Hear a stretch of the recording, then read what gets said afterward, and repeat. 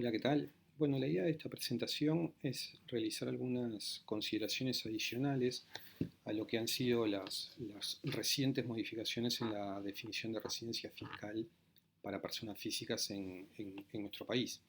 Como se acordarán, en la clase del miércoles nosotros estuvimos viendo en detalle lo que era la definición de residencia fiscal prevista en el marco normativo vigente a ese día miércoles. El jueves, el Poder Ejecutivo dio a conocer un nuevo decreto que introduce algunos aditivos, algunos supuestos, algunas hipótesis adicionales que permiten configurar lo que se denomina intereses económicos en nuestro país y por lo tanto configurar residencia en algunas hipótesis que no estaban previstas hasta ese momento. La idea es hacer algunos comentarios respecto a qué implica eso, cómo impacta eso y bueno, y cómo vemos la aplicación práctica en concreto. En realidad, además vamos a hacer algunas consideraciones de carácter general, digo, para ir redondeando o contextualizando lo que es el concepto de residencia y cuál es la trascendencia que tiene. Desde el punto de vista tributario, decíamos, ¿cuál es la trascendencia que tiene configurar la residencia fiscal en una determinada jurisdicción? Bueno, acá va a depender de la perspectiva desde donde estemos analizando dicha trascendencia. Porque si lo miramos a nivel de lo que es el derecho tributario internacional, o a nivel de la temática o del área de estudio de lo que se denomina la fiscalidad internacional, bueno, básicamente el ser residente de un Estado lo que permite es acceder a los beneficios que tienen los residentes de un Estado en la aplicación de los convenios vigentes para ese Estado. Es decir, el concepto de residencia, conforme a lo que establece el artículo 1 del modelo de convenio para evitar la doble imposición, implica que le va a ser aplicable a esa persona residente de un Estado los convenios vigentes para evitar la doble imposición que mantenga ese Estado. A su vez, la figura de la residencia es un elemento clave en la determinación de las reglas distributivas de las potestades tributarias y de los métodos para evitar la doble imposición. Si una persona es residente de un Estado, el Estado de residencia es el Estado que va a estar obligado, en la aplicación de un convenio internacional, a eliminarle la doble imposición si luego de la aplicación del artículo que corresponde aplicarle a ese tipo de renta, la doble imposición siguió vigente en el marco de un convenio internacional. Ahora, si analizamos la trascendencia de la residencia en lo que tiene que ver con la perspectiva doméstica, es decir, con la perspectiva de la aplicación de la normativa de cada uno de los países, en ese sentido es relevante desde el punto de vista de que, como todos sabemos, uno de los criterios de atribución de la potestad tributaria, que es el criterio de renta mundial, toma a la residencia como un elemento clave. Es aquel elemento subjetivo cuya configuración implica que la persona va a quedar sujeta, va a quedar sometida a la fiscalidad de ese país por sus rentas mundiales. En aquellos estados donde la residencia, donde no se aplica la renta mundial, sino que se aplica el principio de fuente territorial, en esos estados, bueno, la configuración o no de la residencia puede llegar a tener otra relevancia, menor, pero relevancia al fin, como ser, por ejemplo, determinar qué impuesto va a pagar. Digamos, eso lo podemos ver nosotros en el ámbito de la tributación de las rentas empresariales, donde si tenemos una entidad no residente, en función de ser residente o no, podrá terminar pagando el IRNR o el IRPF o el IRAE, dependiendo del tipo de rentas. Entonces, eso es lo que tiene que ver con la trascendencia.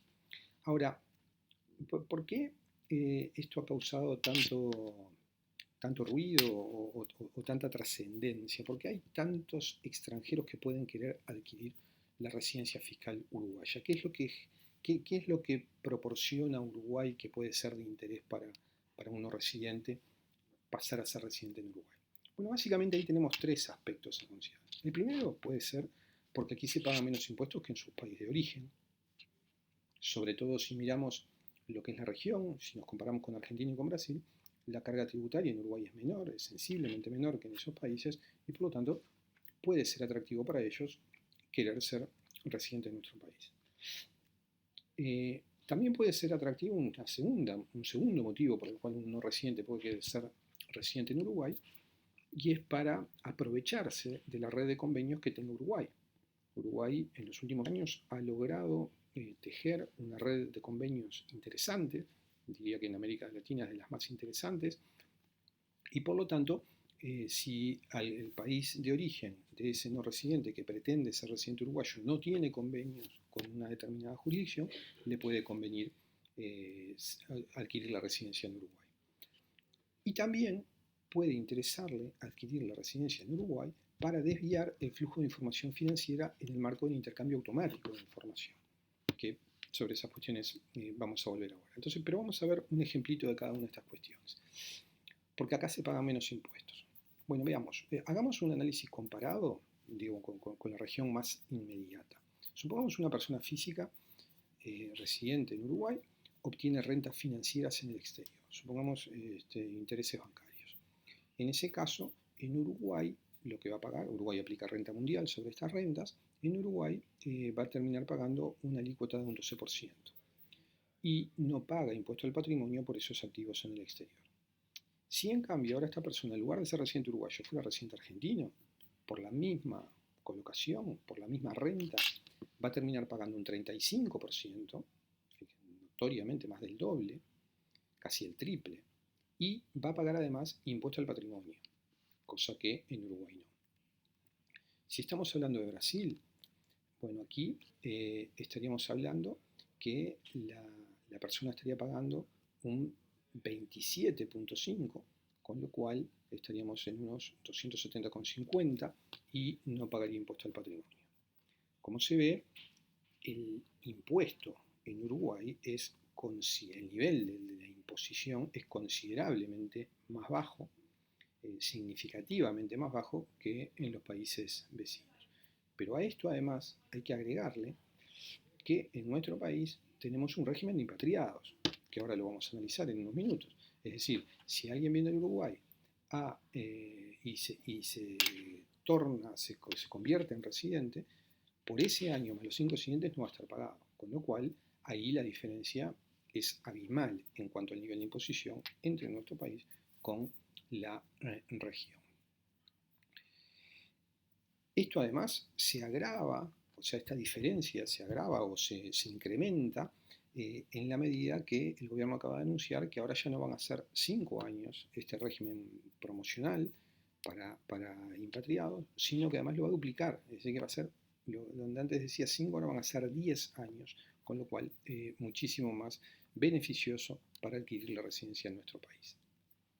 Decíamos también que podía ser el segundo motivo por el cual un no residente pueda querer ser residente en nuestro país era para aprovecharse del convenio, algún convenio Uruguay. Veamos un ejemplo concreto. Supongamos una persona física argentina que obtiene rentas empresariales en el Ecuador. En Argentina eso estaría pagando un impuesto a la renta de un 35% y en Ecuador estaría siendo sujeto a retención con una tasa de un 25%. Con lo cual, fíjense que acumulados ambos estamos hablando de una imposición de un 60%. Si ahora esta persona modifica su residencia y pasa a ser residente fiscal uruguayo, en ese caso es de aplicación el convenio Uruguay-Ecuador. No hay, vale decir que no existe un convenio entre Argentina y Ecuador. Entonces, este convenio Uruguay-Ecuador va a implicar que esa persona en Uruguay no va a pagar impuesto a la renta por esa renta, porque es una renta de fuente extranjera, no se trata de una renta grabada en Uruguay, y en Ecuador, si esa renta no se genera a través de un establecimiento permanente, es decir, si la persona física esta no configura un establecimiento permanente en Ecuador, Ecuador no va a tener potestad de grabar. Por lo tanto, fíjense que en este caso el nivel de imposición sería 0. Con lo cual pasamos de un nivel de imposición de un 60% a 0%. Queda más que evidente la ventaja de haber adquirido la residencia en nuestro país, ¿no? Después, También dijimos que podía ser la intención de obtener la residencia en Uruguay puede ser para desviar la información, el intercambio de información, el flujo de intercambio de información financiera hacia nuestro país y no hacia su país de origen. ¿No? En este caso, lo que nosotros sabemos es que la OECD hace un control o hace un seguimiento de cómo las jurisdicciones otorgan sus criterios de residencia fiscal a efectos de advertir a las instituciones financieras respecto de aquellos países que pueden presentar ciertos riesgos en cuanto a sus certificados de residencia fiscal. Hay un capítulo que se llama Residence by Investment Schemes, que en ese contexto la OCDE elaboró un listado de jurisdicciones peligrosas. Uruguay fue analizado a la luz de la normativa vigente en ese momento, por el año 2018, 2017, no recuerdo con precisión, y se entendió que no presentaba problemas. Habrá que ver estas modificaciones si tienen o no algún impacto en el referido análisis. Bueno, entonces vamos a ver ahora cuál es la incidencia de la residencia a nivel de Uruguay. Como dijimos, Uruguay basa fuertemente su principio de todo su sistema tributario en el principio de la fuente, pero ha ido introduciendo paulatinamente el concepto de residencia, ha ido cobrando relevancia en lo que tiene que ver con la aplicación dentro del sistema tributario, al punto tal de que para algunas rentas ya tenemos y ya aplicamos el principio de renta mundial. Básicamente estamos hablando de las rentas derivadas de colocaciones, rentas de rendimientos de capital mobiliario en el exterior derivadas de colocaciones. Entonces, históricamente Uruguay se había basado exclusivamente en el principio general de fuente, donde las rentas grabadas eran las rentas derivadas de bienes situados, actividades desarrolladas o derechos utilizados económicamente en la República. Esto fue cediendo paso y a partir de mediados de la década pasada, una cantidad de hipótesis de ampliaciones de fuente o de extensiones de fuente se fue incorporando a nuestro marco normativo, de forma tal de que Uruguay empieza a grabar rentas de fuente extranjera con su sistema de imposición a las rentas, pero haciendo la ficción o categorizándola como de rentas de fuente uruguaya. Es decir, son rentas que en rigor, en esencia, se generan en el exterior, por lo tanto son de fuente extranjera, pero nuestra normativa, mediante un conjunto de ficciones jurídicas, las categoriza o las rotula como de fuente uruguaya. Y ahí tenemos casos como servicios técnicos, publicidad y propaganda, algunas en aplicación de normas anti-jurisdicciones de baja o nula tributación, rentas de empleados públicos, empleados privados, bueno, las rentas derivadas de los instrumentos financieros derivados que obedecen a otra lógica y no a la lógica de la fuente territorial. Pero además, a partir del 1 de enero del 2011, Uruguay, como decíamos, pasó a grabar las rentas mundiales de los rendimientos de capital mobiliario derivados de colocaciones. Por lo tanto, a partir de dicho momento, toda la problemática que trae aparejada la renta mundial la vamos a tener en el campo de estas rentas que acabamos de mencionar. Bueno, pero vamos a pasar rápidamente entonces al objeto de la charla, esto era el contexto, al objeto de la charla que queríamos plasmar en el día de hoy, que es la definición de residencia fiscal para personas físicas. Como ya habíamos visto en la semana pasada, nosotros tenemos, por un lado, que para obtener la residencia fiscal, esto puede pasar o bien por un criterio de permanencia o bien por radicar en el país ciertos intereses. El criterio de permanencia, ese no ha tenido modificaciones. Lo que habíamos dicho era que teníamos que verificar 183 días en el año civil. Habíamos hecho referencia a lo que tenía que ver con las ausencias esporádicas. Habíamos estado hablando y discutiendo la reciente sentencia del Tribunal del Contencioso Administrativo número 179 del año 2019, pero sobre estos temas no vamos a volver porque me parece que quedaron suficientemente discutidos la clase pasada y las modificaciones no afectan esta parte de la definición. Donde sí las modificaciones afectan es en la otra parte de la definición, en la radicación de intereses. Radicación de intereses, que dijimos que había tres intereses. Teníamos por un lado los intereses vitales, en segundo lugar núcleo principal o base de actividades, y en tercer lugar tenemos lo que son los intereses económicos. Y básicamente donde tenemos las modificaciones es a nivel de intereses económicos. En lo que tiene que ver con los intereses vitales, nosotros habíamos visto y habíamos hecho referencia a todo lo que tiene que ver con la residencia del cónyuge, la prueba en contrario, porque es una presunción simple, no separado, que no hay que estar separado legalmente de bienes, la dependencia legal, es decir, acá estamos hablando de hijos que dependan legalmente, es decir, que estén bajo un régimen de patria potestad. ¿Qué pasaba cuando no había hijos? Bueno, un sinnúmero de cuestiones que no viene al caso repetir, porque reitero, esto no ha tenido modificaciones, al igual que tampoco tuvo modificaciones lo que tiene que ver con el núcleo principal o base de actividades. Donde sí tuvimos las modificaciones es en los intereses económicos. ¿Bien?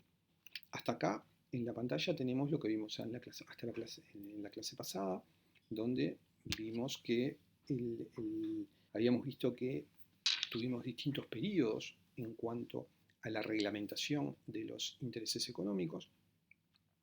Tuvimos un periodo donde esto estuvo carente totalmente de reglamentación. En ese contexto la DGI había dictado la resolución 4804, donde había hecho una interpretación laxa de lo que era el concepto de intereses económicos. Luego vino un periodo intermedio con una reglamentación donde se desconocían los intereses económicos. Luego vino un nuevo periodo, que es a partir de la vigencia del decreto 330 del 2016, donde se prevé por primera vez en la reglamentación la hipótesis de radicar intereses económicos en nuestra República con una hipótesis específica. Y ahí se estableció en inversiones, que si alguien tenía inversiones en inmuebles mayores a 15 millones de UI, se convertía en residente, o inversiones en empresas superiores a 45 millones de UI, pero con el agregado de que esa empresa debería tener un proyecto promovido o declarado de interés nacional. Y hasta acá lo que vimos la clase pasada. ¿Qué es lo que agrega el nuevo decreto promovido por el Poder Ejecutivo? Es el decreto 163 del 2020. Bueno, agrega dos hipótesis de inversiones, una en inmuebles y otra en empresas. Vamos a ver que la inversión en inmuebles implica una inversión de por lo menos 3.5 millones de UI, más un requisito de presencia física por parte de la persona física que pretende ser residente de 60 días de presencia efectiva en Uruguay. En cambio, la inversión en empresas implica una inversión de 15 millones de UI, desaparece en este punto lo que era la exigencia de un proyecto promovido, y lo que se establece o lo que se exige es un requisito adicional de la creación de 15 nuevos puestos de trabajo. Vamos a ver primero la inversión en inmuebles. Se establece que la inversión tiene que ser mayor a 3,5 millones de UI. Acá pueden surgir dudas respecto de cómo evaluar esto, porque en realidad, si nosotros analizamos, el decreto nuevo lo que hace es incorporar un apartado C al artículo preexistente en el decreto reglamentario del IRPF con esta hipótesis. Y en ese apartado C, en general, no se establece cuáles son las normas de evaluación para evaluar esto. Vamos a ver que hay una hipótesis de norma de evaluación, o sea, está prevista una norma de evaluación especial particular, hay una referencia al artículo 26 de las normas del decreto reglamentario del IRPF, pero es en caso de inversiones realizadas con anterioridad. No está dicho, o esa referencia no está realizada en términos generales a la evaluación de cualquier inversión. Entonces la pregunta que surge es, ¿qué normas vamos a aplicar? Yo entiendo, digo, más allá de que el diseño de la norma no está para nada claro, o mejor dicho, directamente no lo dice, parece que la única interpretación posible es concluir que aplica normas de IRPF, al igual que en el apartado A preexistente se establecía con el tema de con la inversión en inmuebles de 15 millones de UI. Me parece que esa es la respuesta más adecuada que se podría dar a la pregunta respecto de qué normas de evaluación aplicar. Pero reitero, es cierto, la norma no lo establece con claridad. Idénticos comentarios podrían ocurrir respecto del valor de la UI. ¿Qué valor de UI utilizar a efectos de comparar con respecto al umbral previsto de los 3 millones de UI? Decíamos que además de la inversión en inmuebles, hay que combinarla con una presencia física mínima de días en el país. Presencia física que la norma dice en los términos del inciso primero. Si nosotros vamos al inciso primero, la presencia física no incluye las ausencias esporádicas que están previstas en el inciso segundo de este artículo. Entonces, parecería claro que acá estamos hablando de presencia física efectiva, es decir, no computaría los días de ausencias esporádicas como días de presencia física. Puede plantearse la duda, dado que estamos hablando que siempre la presencia física lo estamos considerando durante el año civil, ¿es a partir de cuándo? ¿Vale la presencia física tiene que ser a partir de la vigencia del decreto o vale cualquier presencia física a partir del 1 de enero del año 2020? Este es un tema que puede resultar interesante y vital a efectos de ver si se configura o no esta hipótesis de permanencia. La norma dice que la inversión en inmuebles superior a 3 millones de UI dice explícitamente que tiene que ser una inversión realizada a partir del 1 de julio del 2020. Pero luego, en una redacción muy curiosa y poco entendible, a la continuación, inmediatamente, dice, en caso de no efectuarse nuevas adquisiciones, y establece algún criterio de evaluación. Lo cual, más allá de cuál es el criterio, que no es lo relevante de esta frase, es que esta frase es contradictoria con la anterior, porque la anterior parecería ser un requisito de que para que la inversión compute tiene que ser inversión nueva, lo cual además está alineado con los vistos y considerandos del decreto, que lo que establecen es promover nueva inversión. O sea, estas son medidas que se consideran integrantes de un paquete cuyo objetivo es promover la inversión en nuestro país. Ahora, si en realidad tomamos el tenor literal de lo que agrega esta frase, en caso de no efectuarse nuevas adquisiciones, parecería como que pretende beneficiar y que pueda aplicar la nueva hipótesis de residencia a alguien que de repente tiene un inmueble en nuestro país desde hace años y que, por ende, no realizó la inversión a partir del 1 de julio del 2020. Este es un tema muy importante que habrá que ver cómo lo interpretan las autoridades fiscales la aplicación de esta disposición. Otro tema relevante que ya se había dado en lo que tenía que ver con la inversión anterior en inmuebles es el inmueble. ¿Basta con que yo lo compre un día del año? Por ejemplo, imagínense una persona viene, no sé, en agosto, compra, adquiere un inmueble, lo tiene un mes, a su vez la persona está con una presencia física de 60 días en nuestro país, vende el inmueble luego de ese mes que decíamos. La pregunta es, ¿alcanza con eso? ¿Alcanza para obtener la residencia? O sea, la persona realizó la inversión, estuvo los 60 días y por lo tanto formalmente podría decir que sí. Bueno, la Administración Tributaria, la DGI, para el caso de inversión en inmuebles anterior, entendió que para que el inmueble compute debía tenerlo al 31 de diciembre del año. Habrá que ver si se interpreta en nuestra nueva hipótesis que se debe aplicar de manera idéntica, es decir, si además de la inversión en el inmueble, además de los 60 días mínimos de presencia efectiva de la persona física, le vamos a exigir que mantenga el inmueble por lo menos hasta el 31 de diciembre del año en el que pretende ser residente. En lo que tiene que ver con la inversión en empresas, en este caso, el monto de la inversión se reduce considerablemente, porque acuérdense que la otra hipótesis es de 45 millones, acá estamos hablando de 15. No queda claro tampoco de la norma cuáles son las normas de evaluación que aplican.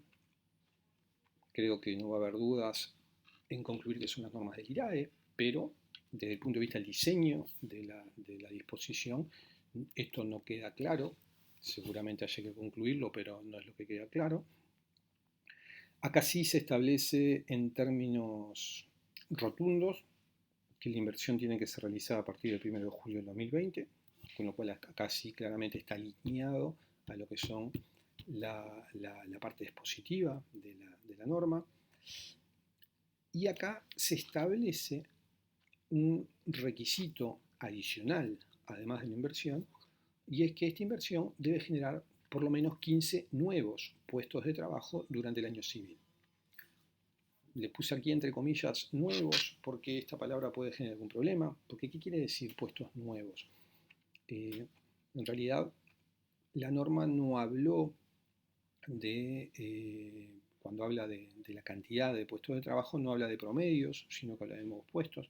Entonces se nos plantean preguntas, por ejemplo, imagínense actividades safrales donde en determinados meses bajan la cantidad de puestos de trabajo, en otros meses suben la cantidad de puestos de trabajo. Entonces, cada vez que sube o baja, o mejor dicho, cada vez que sube el número de puestos de trabajo, vamos a considerar que son puestos nuevos, a pesar de que tal vez son puestos que están reemplazando puestos anteriores. Este es un punto donde también me parece que habría que afinar un poco el texto y bajar o explicitar un poco mejor lo que serían los criterios.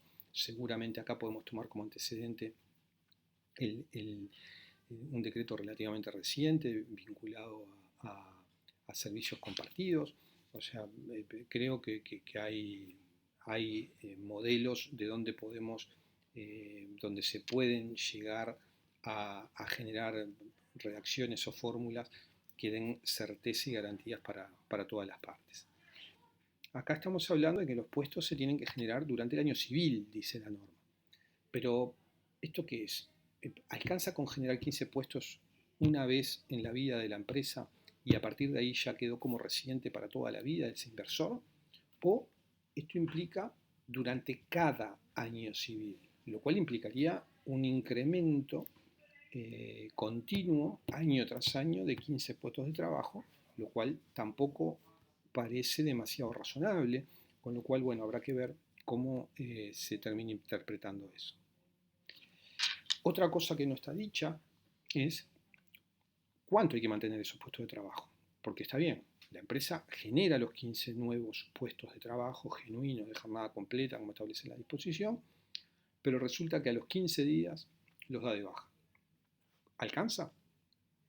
Bueno, parecería claramente que no, pero sería deseable que eso estuviera dicho en algún lado. La norma nada dice al respecto, mantiene un silencio absoluto en estas cuestiones, por lo tanto, esto puede dar lugar a algunas dudas respecto de la aplicación práctica. Lo mismo ocurre con la inversión, la misma duda que teníamos en la inversión en inmuebles. ¿Hasta cuándo hay que tenerla esta inversión? ¿Alcanza con comprar las acciones y venderlas al otro día? ¿O me las tengo que quedar hasta el 31 de diciembre? ¿O me las tengo que quedar por un X periodo de tiempo? Bueno, esas cuestiones parece que están ameritando alguna definición adicional a efectos de poder delinear con mayor exactitud y con mayor precisión el alcance objetivo y subjetivo de esta disposición.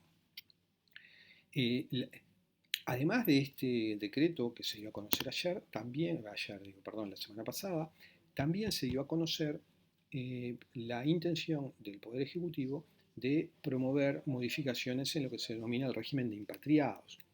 ¿Qué es el régimen de impatriados? Es el régimen que está previsto en el artículo 6 bis del título 7 y que le da a no residentes que adquieran la residencia uruguaya la opción de tributar como no residentes por sus rentas en el exterior. lo cual es una manera elegante de decirles que no van a pagar por las rentas en el exterior. ¿Quiénes pueden acceder a eso? Bueno, personas físicas que adquieran la calidad de residentes fiscales en Uruguay. Esto se otorga por única vez y, como decíamos, es en relación a los rendimientos de capital mobiliario obtenidos en el exterior. Este beneficio no es permanente, es un beneficio transitorio, de ahí que hay quienes lo denominan tax holidays, y es exclusivamente por el año en el que se verifica el cambio de residencia y los 5 ejercicios siguientes. Bien. Aquí, respecto a esto, es donde está el cambio o el anuncio que se hizo por parte del Poder Ejecutivo de que se va a remitir un proyecto de ley al Parlamento, esto tiene base legal, o sea que requiere de modificación legal, donde se va a pasar de un periodo de 5 años a 10 años, con lo cual está duplicando las vacaciones fiscales, lo cual sin duda para los impatriados será una muy buena noticia porque van eh, a no pagar por las rentas en el exterior por un periodo, por una década. Bueno, básicamente estos eran los comentarios que les quería agregar a lo que ya había sido la clase, dado que, bueno, nunca me había pasado de dar la clase el miércoles y que el jueves cambiara la norma.